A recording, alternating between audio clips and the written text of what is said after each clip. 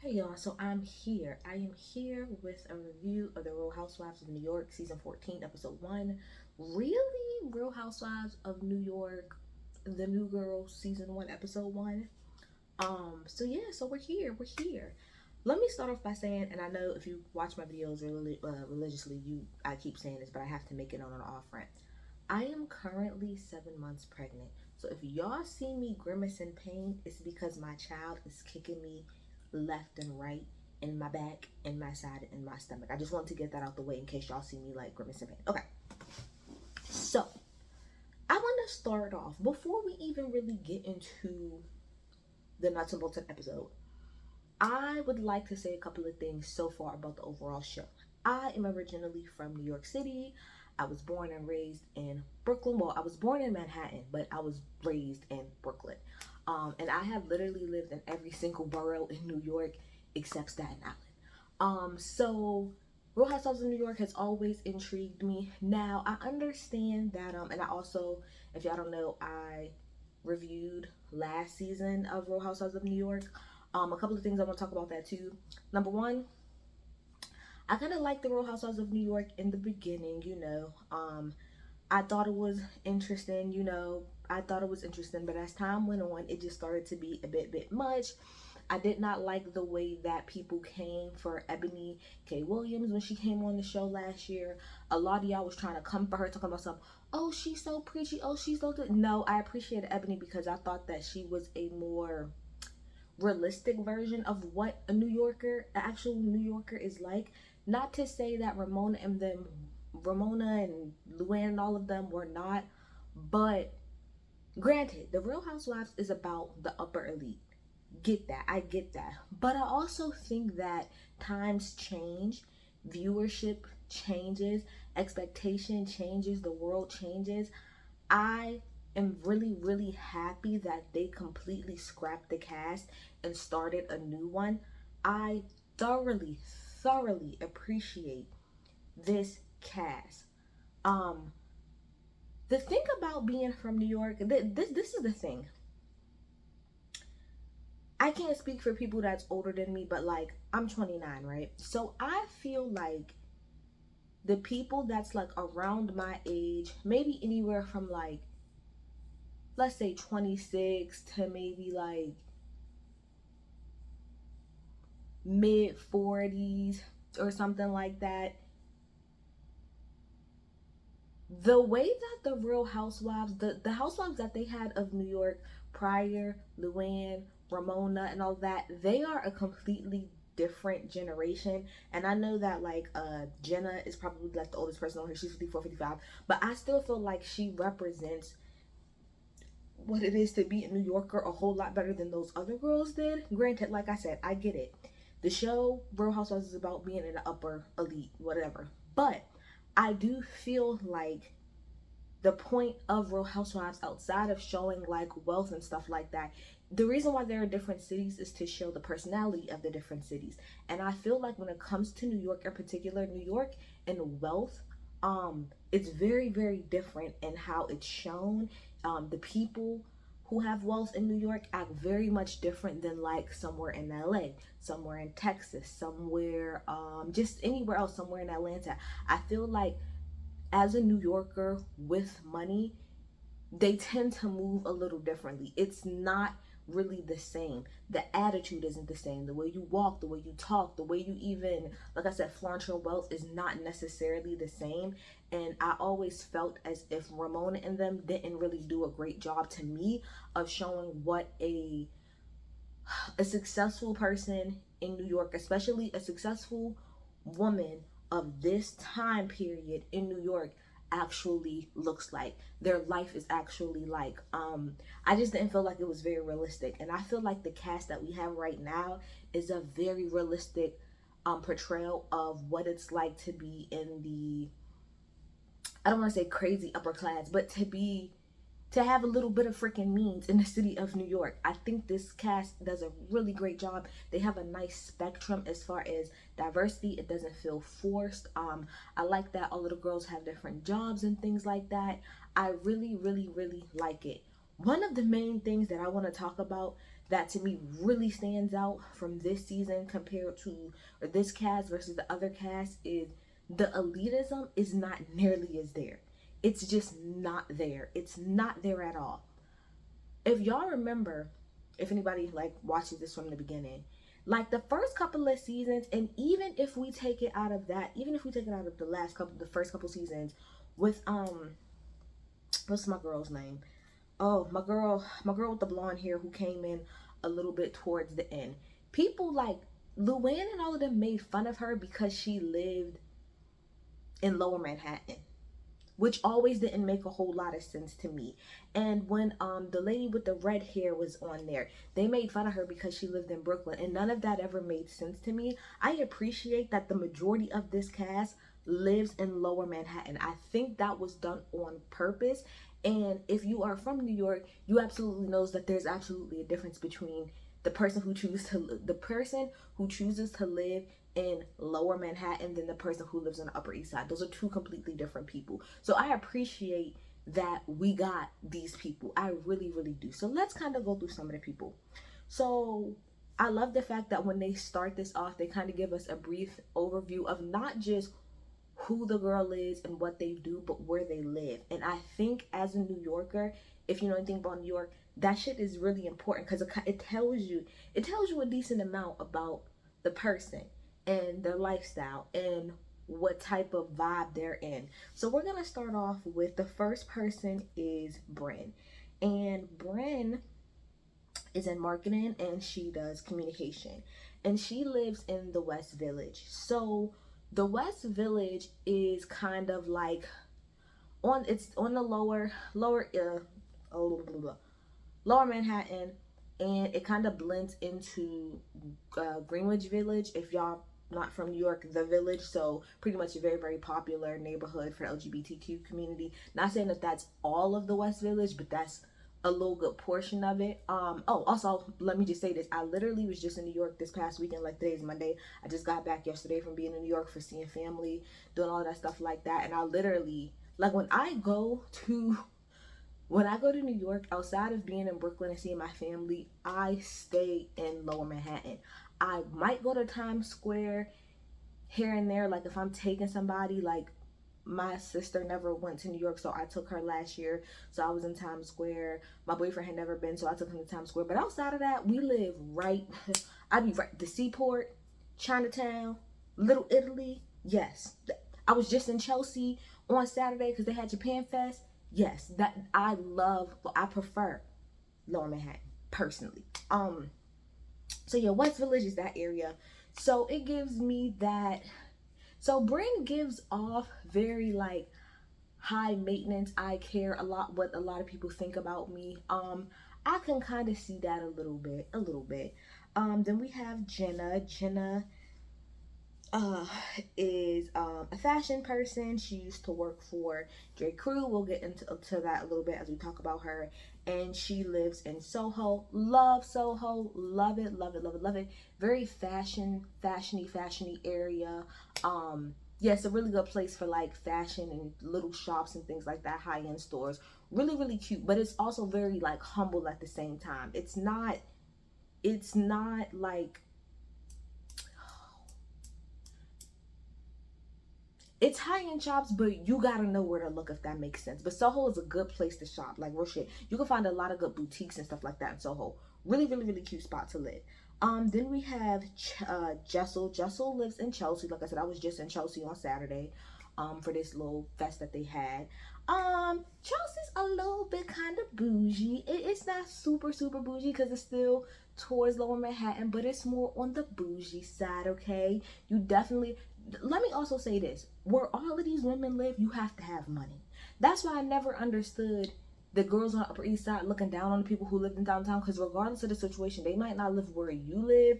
And the Upper East Side, just to give clarification, it's kind of like, you probably would have like the best views there. Like, so you'd be able to probably see all of Central Park really nicely, all of, you know, the Empire State Building really nicely. Not that all these other places you can't get a nice view, but it's just a class thing. But anyway, Chelsea, you definitely gotta have some money to live there. Even though you gotta have money to live in all of these damn places, especially like Soho and Chelsea.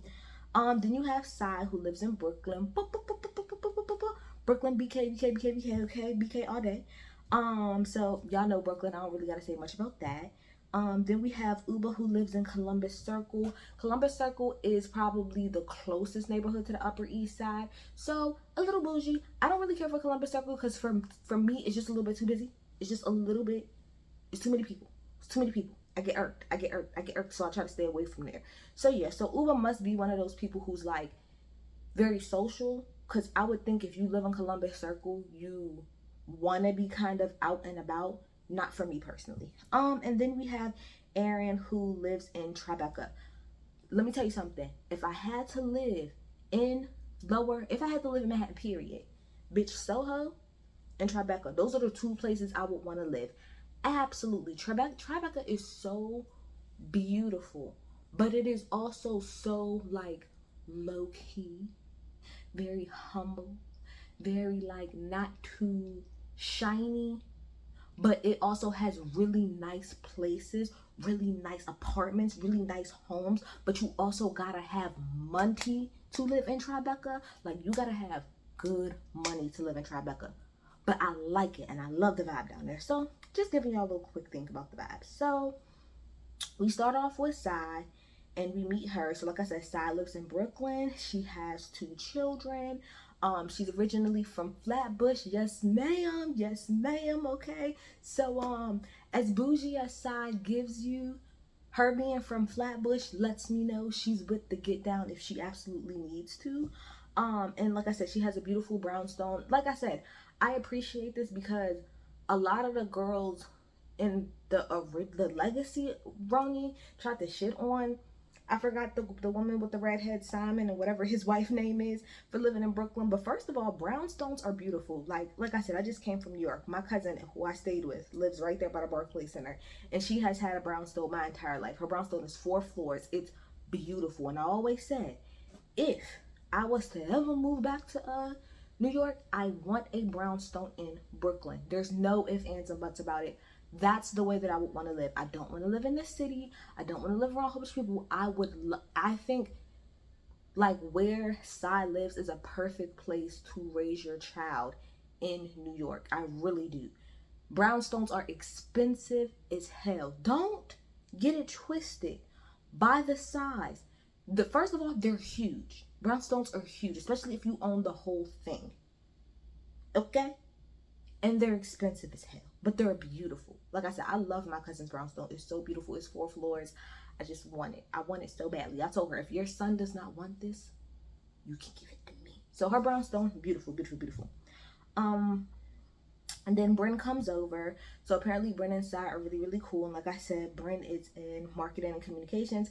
I think Bryn is one of the few people, other than I think maybe Jenna, who is not married, because Sai is married. And then we have Jessel who comes over, and Jessel is a publicist and she has twins. So Bryn pretty much talks about how like Sai's kids who are a little bit older makes her want to have children, but Jessel twins, absolutely not. Now, God bless you, Jessel, because you have twins. You got twin boys at that. Girl. I was gonna say initially them kids is bad, but no, they just kids and they a lot and you better than me. And Jess also has her mom down there from London helping her. So we kind of have a back and forth conversation where we're seeing a back and forth between these three women together, and then we have Uba and Aaron, who are meeting in Washington Square Park. So as I said, Uba is a model, very, very, very, very beautiful. Come to find out, her cousin is Chanel Iman from the Real Housewives of Dubai. I just saw that online. So that makes all the sense in the world. They look alike. And they act alike too. And then we have Aaron, who, like I said, Aaron is, sorry, I have to go through my notes again. Aaron, what does Aaron do for a living? Aaron is a real estate and an interior designer. So they're talking. And pretty much there is some tension between Brent and Aaron because, okay, so Aaron had set up this dinner for everybody to go out. And I guess when she had went to go set up like reservations or something like that, wherever it is that she wanted to go, they couldn't take them or whatever, which makes sense. Trying to get a reservation in the city of New York is like I don't know, trying to get Donald Trump to say something nice about the blacks. It's very hard depending on the situation, right? So instead of them going to this restaurant that she initially picked, she was gonna go to this other restaurant. Now I had to look online to figure out what restaurant they was talking about, and it's called Catch, Catch. I don't really know much about the place. I've heard of Catch before, but I don't really know too much about it. And so I guess because Cy and Brian felt like I'm not about to be caught dead going to that restaurant, I'm not going. But they didn't say that. They just said that they had to go and they had something else to do. But they end up, like a picture ends up being posted on Instagram with Cy and Brent, and they didn't actually go home. They went out to another restaurant or whatever. And so Erin feels some type of way because she's like, I don't understand what the problem is. Now, if we go back to Cy, Brent, and Jessel, Brent is pretty much like, I wouldn't be caught dead there. What I look like, this is not 2006, this is not 2005. So she gives very like, I am that girl and I need to be seen in certain places and doing certain things, and I wouldn't be caught dead there. And Side's pretty much saying the same thing, like, I wouldn't be caught dead there. Yeah, right. The Olive Garden is better or whatever. I looked it up. I mean, I guess to me a restaurant is a restaurant. It's all expensive at the end of the day is how I look at it. It's all expensive at the end of the day. So yeah. So that pretty much is gonna kind of be like a point of, that was a little bit of a point of contention. And so then we kind of talk about really briefly how Sai and Aaron don't really get along because what happened here? Um So Bryn pretty much tells Jessel and Sai that she had a conversation with Aaron, and I guess Sai had went over to Aaron's house for something. And according to Bryn, I'm sorry, I'm trying to get these names right. According to Bryn, Aaron told her that at the party, Sai was like, "Oh, you have all of these cheeses and all of this charcuterie board. Like, I think that that's weird." And so Aaron felt some type of way about it. So Sai was like, "Is she really mad about some cheese? Like, I ate the cheese, so there's no way that she's really mad about it." This is the petty type of, see, these are the petty arguments that I live for on The Real Housewives. Arguing over cheese. I stand, girl. I stand, okay? And so, yeah, so Bryn pretty much was playing it up like, oh, she feels some type of way and she don't like you, and she said that she distanced herself away from you. And so I was like, that's so stupid, which it is stupid. So that was just pretty much that. So then we go and we meet Jessel. Like I said, we meet her family, her husband. I'm very interested in seeing what's gonna happen between Jessel and her husband. I'm gonna keep my eye on that situation, okay? Jessel is originally from London and she is in fashion. She has been married for 5 years. She said she could have stayed in London, but London is not New York, which facts. So she moved to New York or whatever. So then you have Jenna who comes over to visit. Now Jenna is the only person's age that I caught because she said that she was like 54, 55 when Jessel was asking how old does she think her mom was. So I'm gonna assume Jenna is probably gonna be like the quote unquote, I won't say mama bear of the group, but she seems like she's gonna be the more mature one in the group, the one to kind of be like the person in the middle to kind of have like the level heads to everybody to shut up. And I appreciate that about Jenna. I do. Jessel, works in fashion, like I said. So her and Jenna know each other because they both work in fashion. And come to find out, Jenna worked for J. Crew. She said she started off as an assistant in somewhere in the 90s. And she went from being assistant all the way up to the president. So she worked her way from being the assistant in that damn company to the president by the time she left in 2017. I think that's amazing. I love when I hear like stories like that of people being like at the lowest level of a company possible to being like the CEO, president. I think that's amazing. I really do. And so that's pretty much what she does. She's a fashion girl. So I'm like, yes, Miss Jenna. Yes, ma'am. Yes, ma'am. So Jenna pretty much talks about how she's gonna have like a dinner or like a little girls' night at her place for everybody to kind of get to know each other. So then we go to Erin, and so like I said, Erin lives in Tribeca. She has 3 kids. She is a real estate agent, interior design. Like I said, Erin was born and raised in Manhattan, and she's very close to her family. Erin really does give me a true New Yorker. Like her attitude, the way she talks, the way she carries herself, it just gives pure New Yorker vibes. And I literally live that whole straightforward, cut dry, no bullshit. That she's a woman after my heart. I love her. I do. I love her. I love her so much. She literally is an authentic New Yorker, and I stand. I truly stand. So we get to know a little bit more about her. So then Erin gets on the phone with, I forgot who she was on the phone with, but long story short, she pretty much found out what Bryn had told Sai, and she said that she's lying. She said that, but it was in more of a joking way, not in a serious way where it's like, oh, I would never talk to her because why would I do that? That's stupid. And to be quite honest, I believe Erin. So then it's time to have dinner at Jenna's, and everybody comes through. Jenna's house is absolutely beautiful. Her closet is like insane. Of course, it would be like she's the fashion girl, so that makes sense. Um, so Erin, so all of the girls get there so far except Bryn, and so Erin like kind of slightly brings up to side like, you know, I feel some type of way that y'all pretty much built on dinner, and I didn't like that. And Sai, to her credit, admitted it and was like, you're right, we did bail on you, and that wasn't cool. Like, that was messed up. We did bail on you, and I just didn't want to go to that restaurant, but I'm sorry. So Erin is like, this is why I can have a relationship with Sai, because you see how she just admitted it, said that she was wrong, and said that she was sorry. I appreciate that. So that kind of was the end of that. So then everybody's wondering where Bryn is at. Bryn is saying her confession that she was scared to come because she's scared of Erin. Now Erin does give off very much so intimidation vibes. Like, I could see how she can be intimidating to somebody. So I can kind of see that. But she ends up showing up. They start playing this game, and thankfully, unlike Ramona, okay, now to be quite honest, the girls on Roni had no problem talking about sex. Just some way, somewhere down the line, Ramona started to feel like she was too good to talk about sex. So I found this very refreshing that nobody was like, oh my gosh, I don't want to hear about a penis. I don't want to hear about a penis. I don't want to hear about sex. I appreciate that, okay? So it was talking about a couple of different things about being a dom or being a sub, and then we find out during this game that Jenna is part of the LGBTQ community. Okay, she is the L. All right. So that thing was interesting. That was funny. And then pretty much Erin calls out Bryn for telling Sai that she had an attitude about the whole cheese platter, and Bryn is like, no, you did say that. She was like, I did not say it like that. You're lying. You're lying. You're lying. So they just kind of go back and forth about it. It was funny because who cares? It's cheese.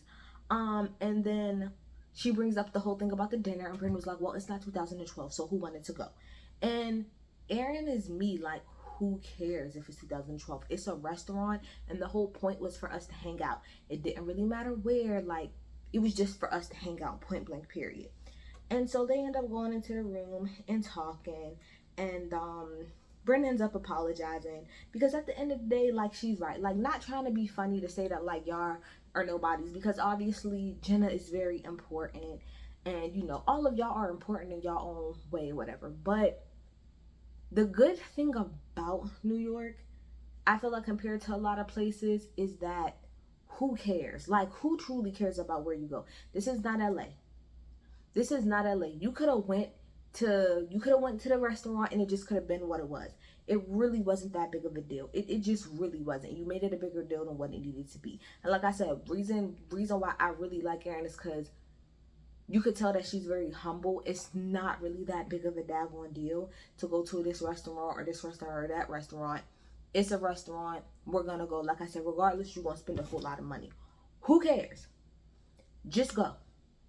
Just go, and you could have went, and then y'all could have went somewhere else afterwards. It's really not that real, and I highly doubt anybody really would have paid attention or cared, because that's another great thing about New York. Most people, and I'm talking about regular, everyday people, do not care about celebrities in New York.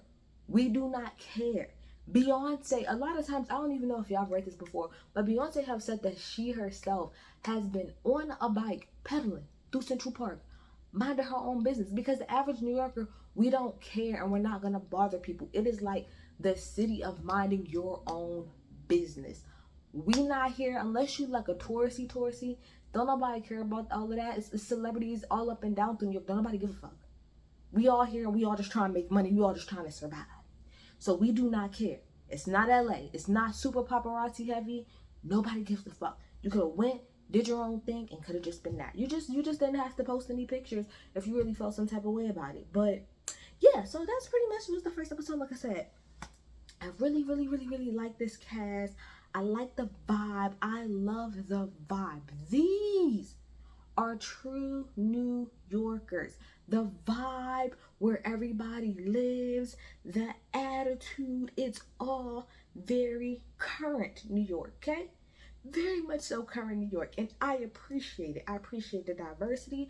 I appreciate the landscape as far as the different jobs, having husbands, having kids, and what it's truly like to be a working New Yorker.